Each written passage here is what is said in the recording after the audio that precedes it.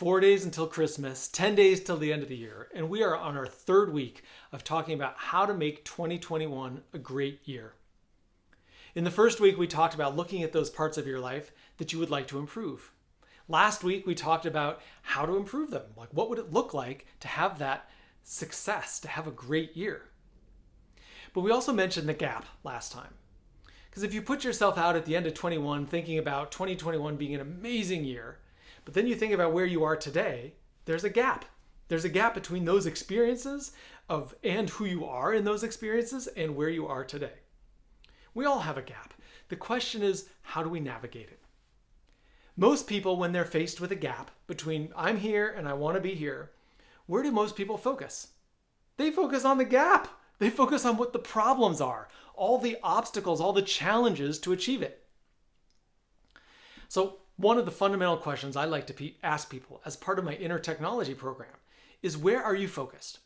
Are you focused on the problems, or are you focused on the possibilities? Because anytime there's a gap, there's a problem with navigating that gap. Of course there is. Whether that's getting in shape, changing the nature of a relationship, getting a different job, it doesn't matter what it is. There's always challenges and reasons why it's hard. You can think about taking a piece of paper and drawing a line down the middle of that piece of paper.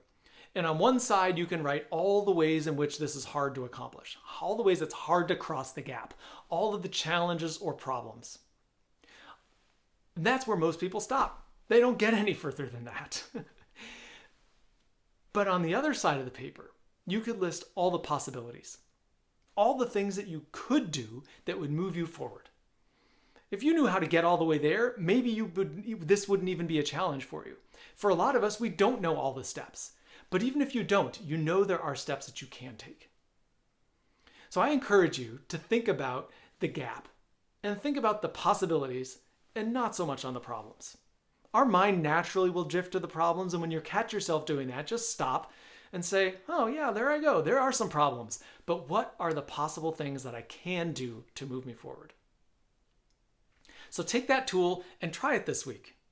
Try it as you go into a busy time over the next 4 or 10 days. Try that as you're thinking about what's coming up in your next year. Try to shift your attention away from the problems and towards the possibilities, and see how that shifts your experience and how you show up.